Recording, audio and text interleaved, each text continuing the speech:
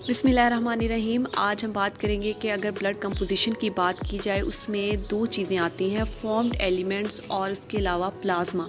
Formed elements में हमारे पास तीन चीज़ें आ जाती हैं, red blood cells, white blood cells and platelets.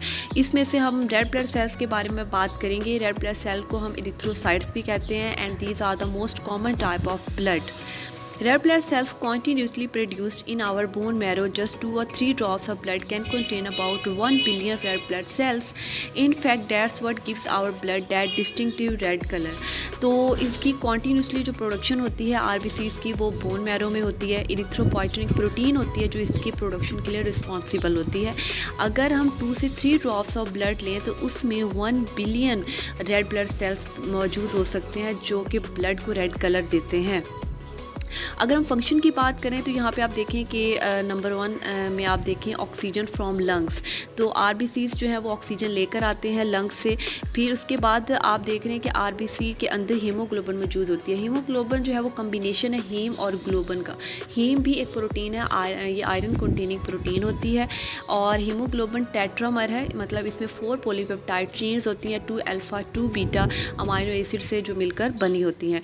अब हीमोग्लोबिन पे 4 ऑक्सीजन बाइंडिंग साइट्स होती हैं, मतलब एक हीमोग्लोबिन मॉलिक्यूल 4 ऑक्सीजन को बाइंड कर सकता है और एट अ टाइम 4 ऑक्सीजन की ट्रांसपोर्ट करता है। ऑक्सीजन सेकंड स्टेप में आप देखें बाउंड हो गई है हीमोग्लोबिन के साथ, और थर्ड स्टेप में ऑक्सीजन जहाँ जहाँ जिस टिश्यू को ज़रूरत थी वहाँ पे रिलीज़ कर दी गई है। वापस क्या करते हैं कि RBC कार्बन डाइऑक्साइड लेकर आते हैं, लंग्स को दे देते हैं, वहाँ से फिर हम उसको एक्सेल कर देते हैं। They typically live for 120 days and then they die. RBC की जो शेल्फ लाइफ है वो 120 डेज़ है, उसके बाद इनकी डेथ हो जाती है। और अगर हम न्यूट्रिशन और RBC की बात करें तो ऐसी डाइट लेनी चाहिए हमें जिसमें आयरन बहुत ज़्यादा होता है। उसके अलावा विटामिन भी बहुत ज़्यादा ज़रूरी हैं RBC की प्रोडक्शन के लिए। इसमें विटामिन B2 है, B12 है, B3 है, एग्स में, होल ग्रेन और बनानास में पाए जाते हैं। फोलेट भी बहुत ज़्यादा हेल्प करता है, फोलिक एसिड है। उसके अलावा अगर हमें RBCs की कमी हो जाए तो उसमें एनीमिया हो सकता है, और एनीमिया की भी बहुत सी टाइप्स हैं। फॉलिक एसिड एनीमिया है, आयरन डेफिशिएंसी एनीमिया है।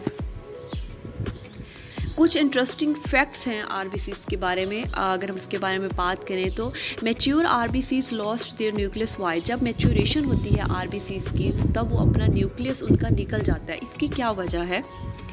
तो इसका आंसर ये है कि उनका फंक्शन है RBC का is to transport oxygen. So nucleus is remove for more and more oxygen binding. Nucleus निकाल दिया जाता है ताकि ऑक्सीजन को ज़्यादा से ज़्यादा स्पेस मिले बाइंडिंग के लिए और ज़्यादा से ज़्यादा ऑक्सीजन ट्रांसपोर्ट हो।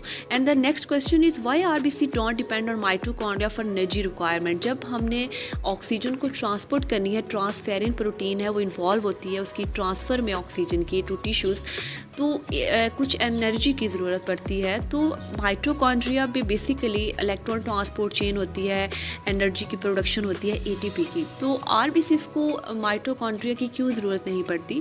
इसकी वजह नीचे आंसर ये दिया हुआ है कि माइटोकॉन्ड्रिया डिपेंड करता है ऑक्सीजन पे। ऑक्सीजन की प्रेजेंस में एनर्जी की प्रोडक्शन होगी। अगर माइटोकॉन्ड्रिया वो ऑक्सीजन यूज़ कर लेगा तो फिर हम जो टिश्यूज़ को रिक्वायरमेंट है ऑक्सीजन की वो हम ट्रांसपोर्ट एफिशिएंटली नहीं कर सकेंगे। इसलिए RBC डिपेंड करते हैं ग्लाइकोलाइसिस पे। Glycolysis can occur in the absence of oxygen. So जो एनर्जी की रिक्वायरमेंट है वो ग्लाइकोलाइसिस से या एनारोबिक रिस्पायरेशन से पूरी हो सकती है। Which protein is involved in RBC production in bone marrow? And the answer is erythropoietin, जैसा कि मैंने पहले भी जिक्र किया था। And this process is called erythropoiesis, मतलब RBC की प्रोडक्शन का जो प्रोसेस होता है उसे हम erythropoiesis कहते हैं।